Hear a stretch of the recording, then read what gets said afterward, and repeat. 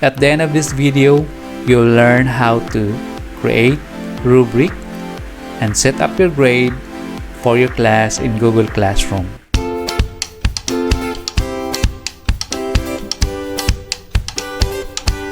Hi, my name is Lowell. If you are thinking how you can include authentic assessment in your assignment in Google Classroom and then grade it, this simple tutorial will show you how to do it. But before we proceed, make sure you subscribe and click that notification bell so that every time we upload new videos, you will be the first to know. For this demonstration, we will use the science class. So let's click and open the science class. It will bring you to the stream window. Now let's start first setting up your grade or your gradebook. So to do that, you click the gear button here and then scroll down to grading, then go to grade categories. Now as you notice here, I already added two categories: assignment, which I give 100 points, and term exam 100 points. I can also add another grade category by clicking add grade category, and then I would say quiz. Then I will give that one also 100 points. Then click save. So once you click save, remember you have three categories already created. Next step is we're going to add rubric to your assignment. So let's go to classwork, and as you notice here, I have two topics, and under topic 1 I already had assignment number 1. Okay, so I'm gonna add rubric in this assignment. To do that, let's click the three dots menu and then hit edit. This will bring you to the assignment window. So to add rubric for this assignment, let's go directly to the plus rubric or add rubric. Pull down menu will appear. In the pull down menu, there are three options. First option is create a rubric from scratch, or you can reuse a rubric that you had created before, or if you had created rubrics from Google Sheets, you can import it from here. Okay, so let's click create rubric from scratch. This will bring you now to the rubric window. Let's be familiar with the terms. Okay, we have the criterion title. This is required. Criterion description. This will help you describe the criterion that you placed here. Then points. This is also required. Level, this refers to the level in the scale. And description, the description describes the level or the points that you place in the scale. Now the points can be arranged in two ways. Now if you see here above the criterion title, you can sort or arrange the order of your points by descending or ascending order. When we say descending order, the points is arranged from highest to the lowest. If it is ascending order, it is arranged from lowest to the highest.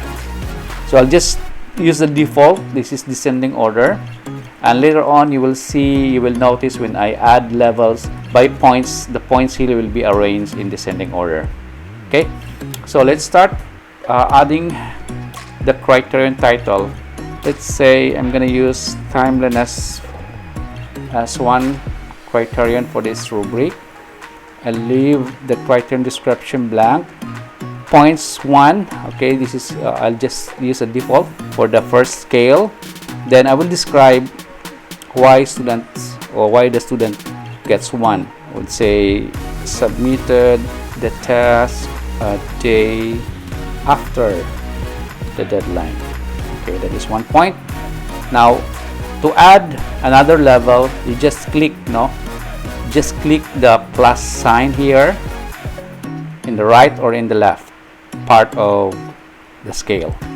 So let's click here, then I'll give 3 points for the second scale. Let's try to create 3 point scale. This is a 3-point scale. So the description would be submitted the task on the deadline. So that will be 3 points. And the last scale, as I've said, I'll just make a 3-point scale.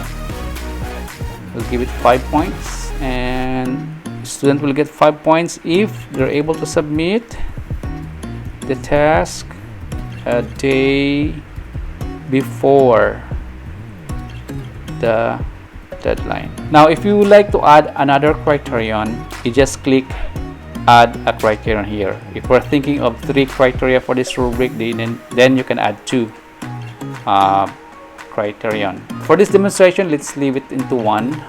So I'll just have timeliness here. So let's click save, and the rubric now appears in your assignment window. So to make this available to your student, let's click save again, and you notice that the rubric is now here.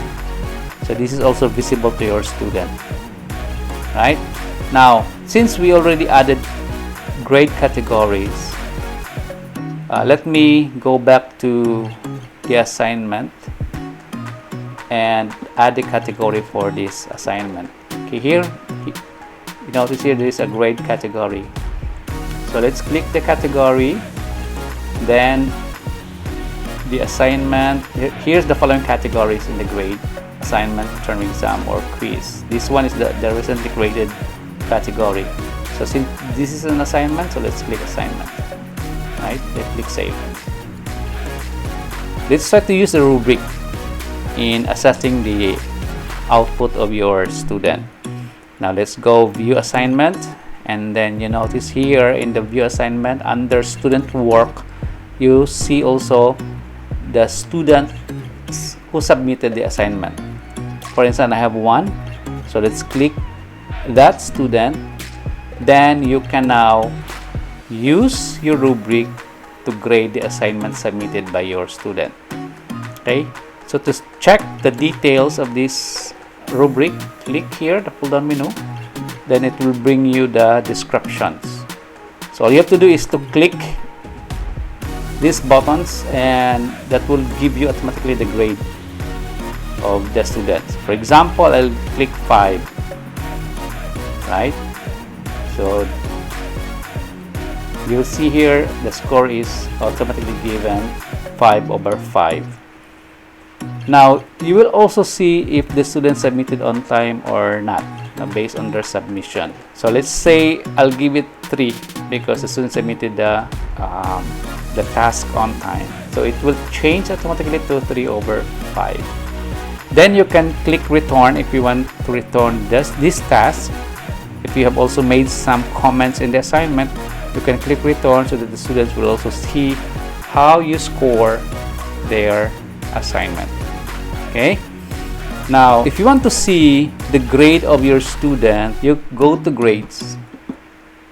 This will bring you to the grade window. So as you see here, here's now the grade. This is actually draft because you did not return the assignment to your student, but this will become final once you return it to your student. Okay, so I hope this short tutorial provide you some inputs on how to create rubric and set up your gradebook in Google Classroom. Thank you for watching.